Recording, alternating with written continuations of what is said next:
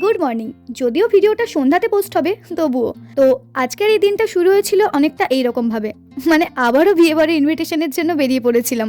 তাই সকাল সকাল রেডি হয়ে চলে গেছিলাম মামা বাড়ি। আমার এক মামার রিসেপশন ছিল, তো ফার্স্টেই তো বিয়ে বাড়ি থেকে দেখা করে এসে এখানে মামি, দিদা, বনু, মা সবাই মিলে আড্ডা দিচ্ছিলাম। যদিও এখানে বড় মামি আর বড় বনু ছিল না, ওদের ছাড়া আড্ডাটা ঠিক জমে না, ওরা কাজের জন্য আসতে পারেনি। তারপর আর কি ওরা কি পরবে সেই আউটফিটটা আমাদের দেখাচ্ছিল, তারপর আমিও আমার আউটফিট পরে রেডি হয়ে গেলাম। এবার টুকটাক মেকআপের পালা। মামা বাড়ি মানে সবাই মিলে একসাথে হই হই করতে করতে রেডি হওয়া। দাঁড়াও আরেকটা কথা, রীতি, ফতেমা, তৃষা, লিজা, তোমাদের অনেক অনেক অনেক থ্যাংক ইউ কমেন্ট করার জন্য। নেক্সট কমেন্টে তোমাদের নামের পাশাপাশি কে কোথায় থেকে দেখছো সেটাও লিখো।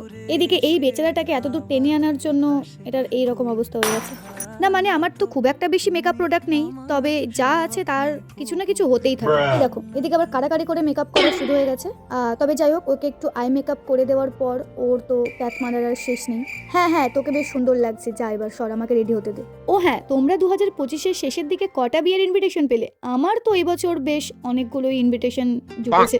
নাও এবার কি ইয়াররিংস পরবো সেটা নিয়ে আর একটা মহাযুদ্ধ। দেন আমার মা সিলেক্ট করে দিল এটা।